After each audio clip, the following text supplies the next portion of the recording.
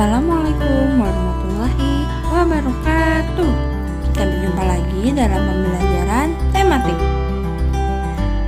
Hari ini kita akan belajar tema 3, yaitu pada subtema 1 tentang benda-benda di sekitar.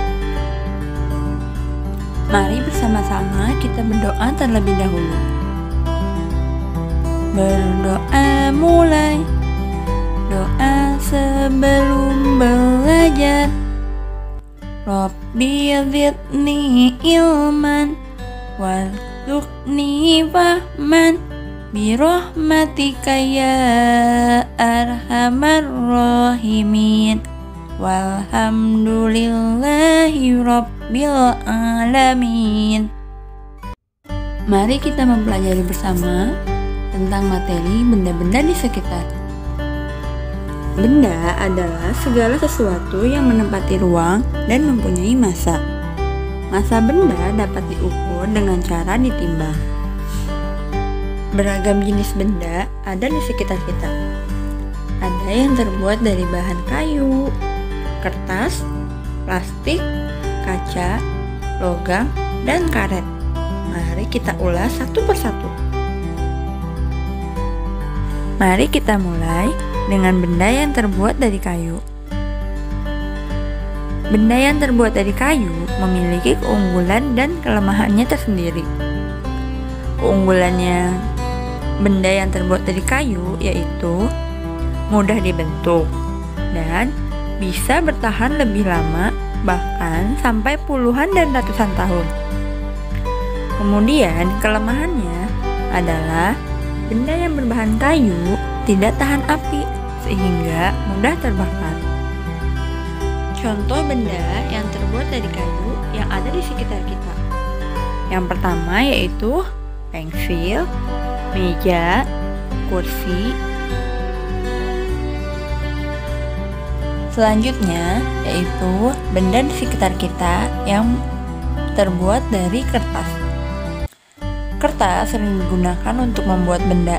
Di antaranya yaitu membuat buku, tisu, kardus, dan koran juga berasal dari kertas. Tahukah kalian, kayu adalah bahan dasar untuk membuat kertas? Proses pembuatan kayu yang dijadikan kertas yaitu melalui banyak tahapan.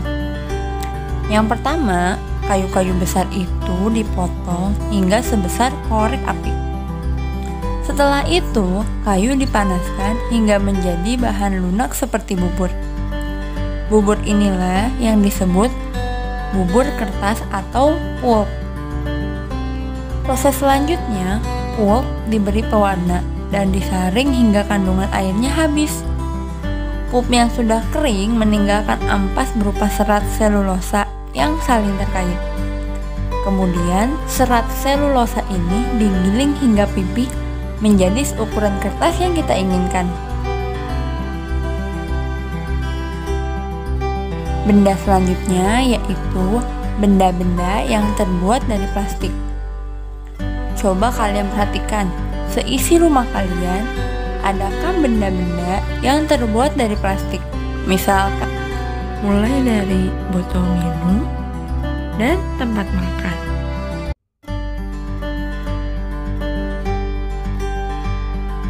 Mengapa saat ini banyak sekali benda yang berbahan plastik? Karena plastik itu bisa terbilang murah dan tahan lama.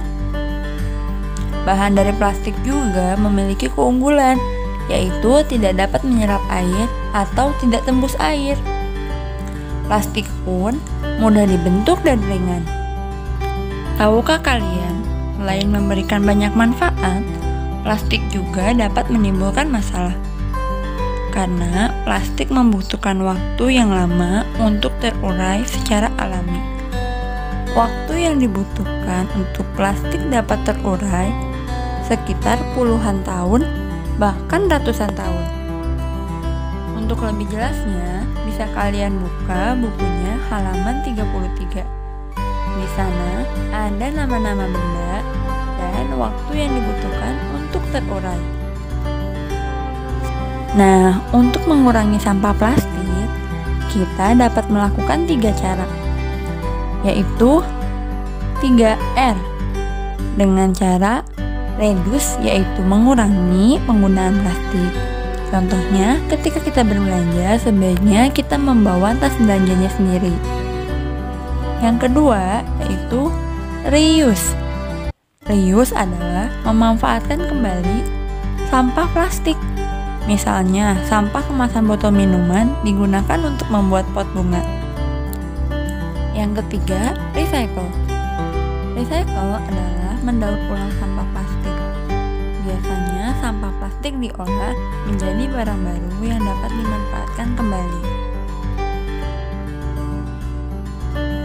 Selanjutnya, mari kita bahas yaitu benda-benda yang terbuat dari bahan kaca. Perhatikan di sekitar rumahmu, adakah benda-benda yang terbuat dari bahan kaca? Seperti misalnya gelas, piring, mangkok, kacamata, jendela, dan akuarium. Kaca memiliki sifat kedap air dan tembus cahaya. Oleh karena itu, kaca digunakan untuk membuat benda yang tahan air. Kemudian, ada benda yang terbuat dari logam. Perhatikan sekeliling rumahmu. Benda-benda yang terbuat dari logam diantaranya ada panci, penggorengan, sendok sayur, sendok makan, dan pagar rumah. Kalian tahu tidak mengapa benda-benda tersebut dibuat dari logam? Karena logam memiliki sifat kuat, dapat dibentuk, dan penghantar panas yang baik.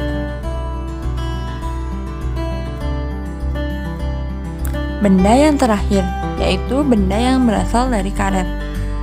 Benda-benda yang berasal dari karet yang ada di sekitar kita biasanya yaitu balon, penghapus, sandal karet, bola, sarung tangan karet, dan ada juga ban dari kendaraan seperti ban sepeda, ban motor, dan ban mobil. Sifat dari bahan karet yaitu lentur dan mudah diatur. Cukup sekian materi hari ini, yaitu materi tentang bahan pembentuk benda.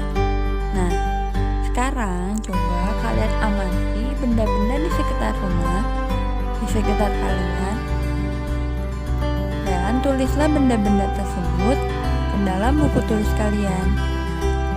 Tulislah minimal 10 benda dan bahan pembentuknya.